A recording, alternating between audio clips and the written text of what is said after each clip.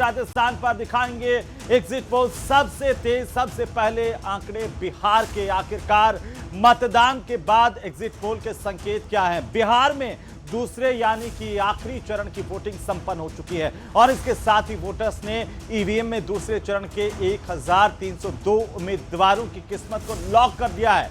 इसमें मुख्यमंत्री नीतीश कुमार की अगुवाई वाली सरकार के 6 से ज्यादा मंत्री भी शामिल हैं। 14 नवंबर को न्यूज 18 पर बिहार चुनाव के सबसे तेज नतीजे देखिए, लेकिन उससे पहले हम आपको बताएंगे मेगा एग्जिट पोल में किसकी बन रही है सरकार। न्यूज 18 के सर्वे में आपको सबसे सटीक विश्लेषण बताने जा रहे हैं। जैसे जैसे आंकड़े आते रहेंगे हम उन पर एक्सपर्ट्स के साथ चर्चा भी करेंगे। सबसे पहले आपको जानकारी भी देंगे और इससे पहले हम आपको बता दें कि आज बिहार में विधानसभा चुनाव के दूसरे चरण के लिए 20 जिलों की 122 सीटों पर वोटिंग हुई है। बिहार में दूसरे चरण में शाम 5 बजे तक 67% से ज्यादा वोटिंग हुई है। बिहार में विधानसभा चुनाव के पहले चरण के लिए 18 जिलों की 121 सीटों पर वोटिंग हुई थी। तो देखिए लगातार हमारे साथ न्यूज 18 का मेगा एग्जिट पोल।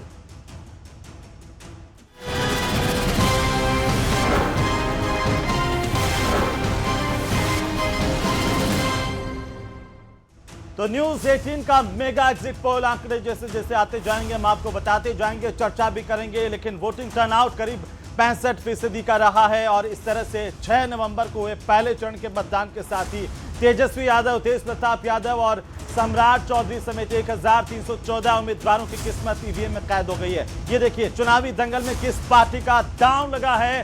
सबसे पहले हम बताने जा रहे हैं बिहार में फिर से क्या नीतीश कुमार आ रहे हैं महागठबंधन में। बिहार में क्या कोई बड़ा काम कर पाएंगे। थोड़ी देर में मेगा एग्जिट पोल पर हम सब कुछ आपको दिखाने वाले हैं, सब कुछ एक एक आंकड़े खोल करके रखने वाले हैं। तो चुनावी दंगल में किस पार्टी का कितना दांव लगा है ये बताएंगे। बिहार में फिर से क्या नीतीश वाली एनडीए सरकार होगी, महागठबंधन बिहार में कोई चमत्कार करेगा, ये महत्वपूर्ण सवाल आप आम जनता के, आम दर्शकों के। लेकिन कुछ ही देर में मेगा एग्जिट पोल न्यूज 18 का सबसे पहले सबसे तेज और कुछ ही देर में हम आपको दिखाने जा रहे हैं मेगा एग्जिट पोल के आंकड़े। आप हमारे साथ बने रहिए, ये आंकड़े आपकी स्क्रीन पर आने वाले हैं। ये तमाम सवालों के साथ साथ और हर सवाल के जवाब देते हुए एक्सपर्ट्स के साथ चर्चा करते हुए आगे बढ़ते रहेंगे।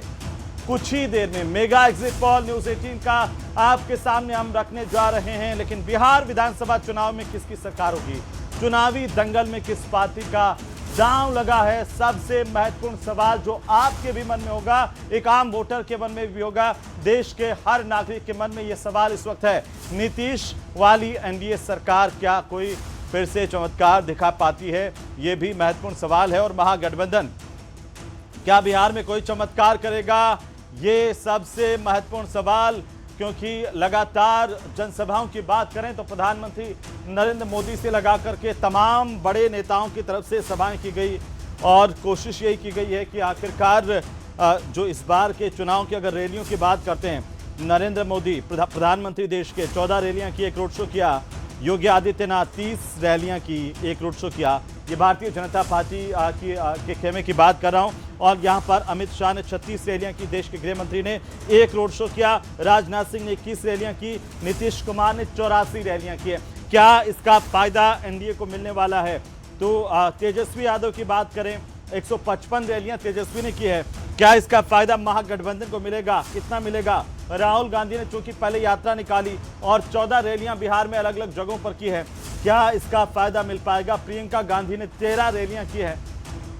तो तमाम बड़े नेताओं की अगर हम बात कर लें तो बिहार का रण इस बार बड़ा दिलचस्प रहा और पूरे देश की नजरें, पूरे देश की निगाहें बिहार पर टिकी हुई है। लेकिन सबसे महत्वपूर्ण जो बात है दर्शकों, वो ये है कि दूसरा जो चरण वोटिंग का बम्पर वोटिंग हुई है। बम्पर वोटिंग किसके हक में जा रही है, ये बहुत महत्वपूर्ण सवाल है। क्या तेजस्वी यादव अपने पुराने टर्नआउट को जोड़ पाएंगे, ये भी महत्वपूर्ण सवाल है। और तमाम सवालों को लेकर के न्यूज़ 18 ने सर्वे किया और अपने तरीके से एक विश्वसनीय सर्वे किया है और इसके बाद में ये एग्जिट पोल तैयार हुआ है। एग्जिट पोल के एक एक आंकड़े अब देखिए आपकी टीवी स्क्रीन पर। एग्जिट पोल के आंकड़े इन्हीं में आएंगे। बीजेपी अभी आपको दिखा रहे हैं 0, जेडीयू और उसके नीचे हम, एलजेपी, रामविलास और आरएलएम, और इस तरफ आप देखिए 243 सीटों में 121 महागठबंधन के किसको कितना जो है सीटें मिलने जा रही है,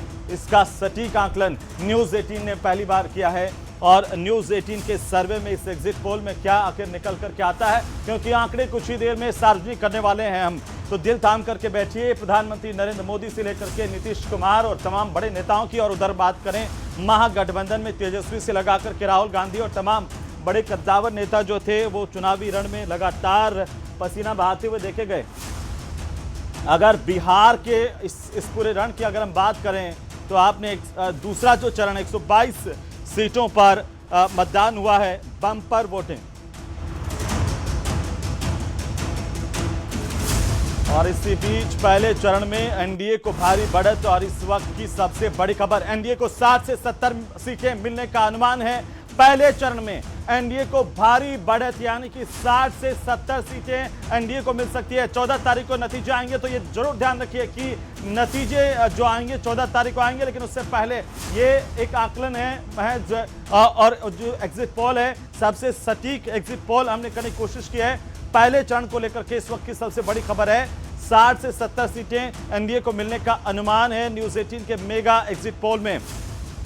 तो ये बहुत बड़ी जानकारी है पहले चरण को लेकर के और बिहार के चुनाव को लेकर के।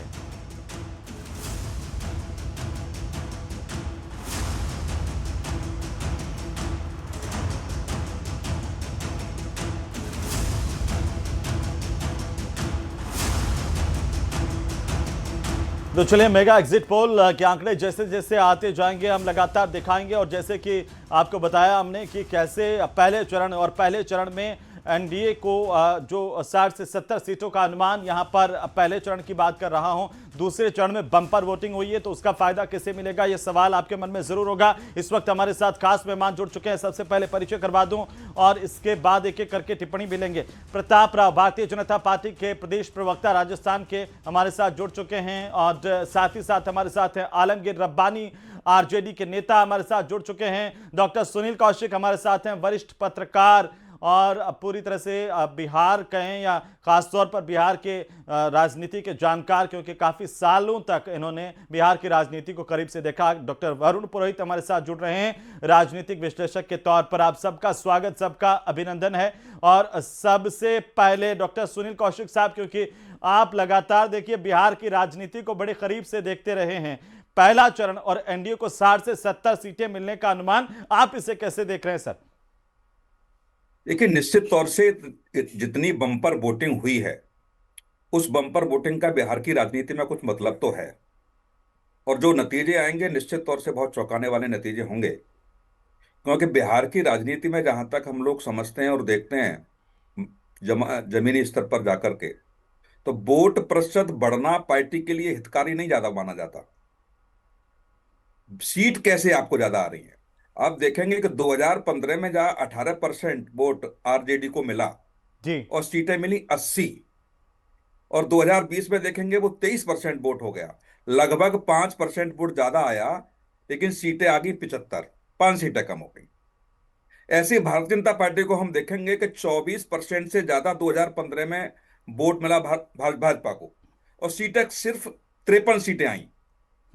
और 2020 में हम देखेंगे कि 19.5% वोट मिला, लगभग 4.5% से ज्यादा वोट कम हुआ भारतीय जनता पार्टी का, लेकिन सीटें हो गई 74। ऐसे ही आप कांग्रेस को देखेंगे कि 2015 में जहां 27 सीटें 6.5% वोट पे कांग्रेस को मिली, वहां 9.5% वोट पे आकर के केवल 19 सीटें रह गई। तो यह कहना थोड़ा सा बिहार में बहुत मुश्किल है कि जन समर्थन आपको मिल रहा है, तो जन समर्थन का मतलब यह नहीं कि आप उस सीट को निकाल पा रहे हैं। आजकल बिहार की राजनीति को जितना मैं देखता हूं, समझ पा रहा हूं, निश्चित तौर से राजनीतिक दलों की जो रणनीति रही है कि विपक्ष के खेमे के वोट को बांटा कैसे जाए, और वही चाहे 2010 के चुनाव की तुलना करें या 15 या 20 के, वही राजनीतिक दल सत्ता को पाया है या अधिक सीटें पाया है जिसने विपक्ष के खेमे के वोट को बांट दिया। अब यह आप हम 2025 की चर्चा करें, 2025 में बम्पर वोटिंग हुई है, और बम्पर वोटिंग के बावजूद हम देखेंगे कि जो 14 तारीख को रिजल्ट आएगा, यह जरूरी नहीं है कि आपको बहुत ज्यादा वोट मिल रहा है तो सीटें भी आपको मिल पा रही हैं। आपने रणनीतिक तरीके से किन सीटों पर अपना ब्लूप्रिंट तैयार किया कि विपक्ष के प्रत्याशी को हराने के लिए जो रणनीति आपने बनाई वो कितनी कारगर साबित हुई। ये बिहार की राजनीति हम सब लोगों को बताती है, और ये हुआ।